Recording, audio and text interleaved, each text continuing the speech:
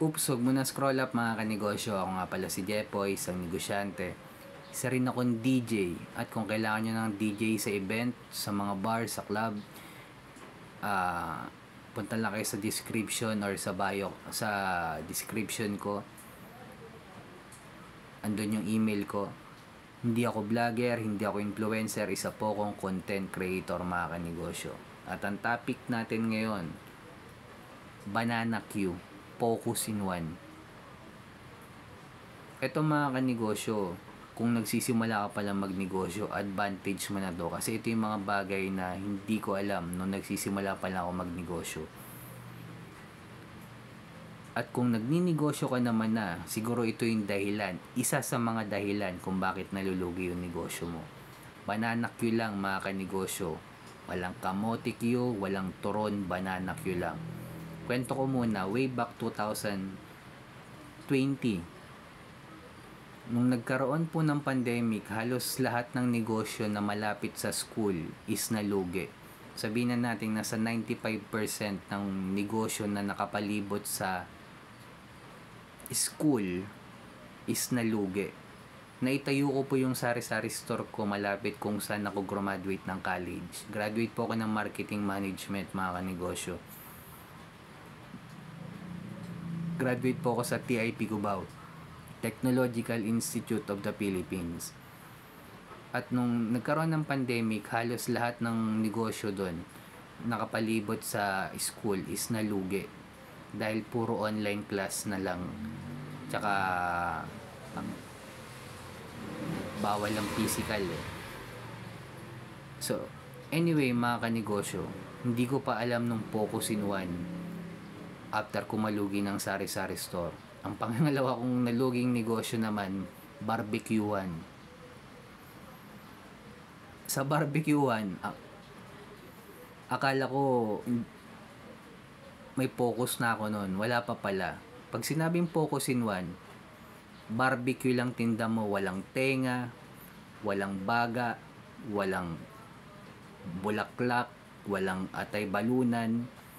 Pag sinabing focus in one, nakapokus ka lang sa barbecue. Wala nang iba. Yun lang ang tinda ko dapat. Pero hindi ko pa alam yung focus in one. Eventually, nalugi din yung barbecuean ko mga kanegosyo. Nakikita niyo yung picture na yan? Banana Q lang tinda mga kanegosyo. Ano ba advantage ng focus in one? Una, sa marketing mo, ang tarpaulin mo puro banana Q lang. Ang mga post mo sa social media puro banana Q lang. Pag nakaisip yung tao ng banana Q, ikaw yung maiisip. Dahil nakapokus ka lang sa banana Q eh. Pangalawa, inventory mo.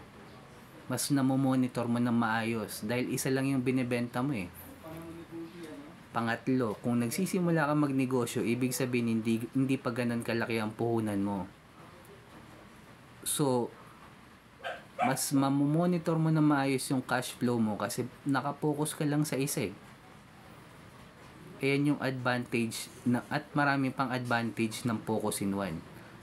Pang-apat, pwede pa yung applyan ng distribution model. Pwede kang kumuha ng mga bata or mga magtitinda sa'yo ng banana Q.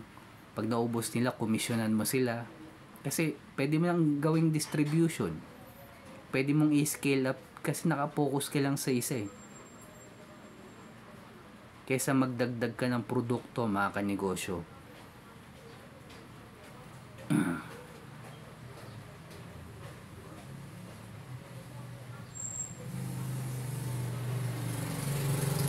Banana Q lang mga kanegosyo. Ang dami mong naiisip na ibenta. Magsimula ka muna sa isa.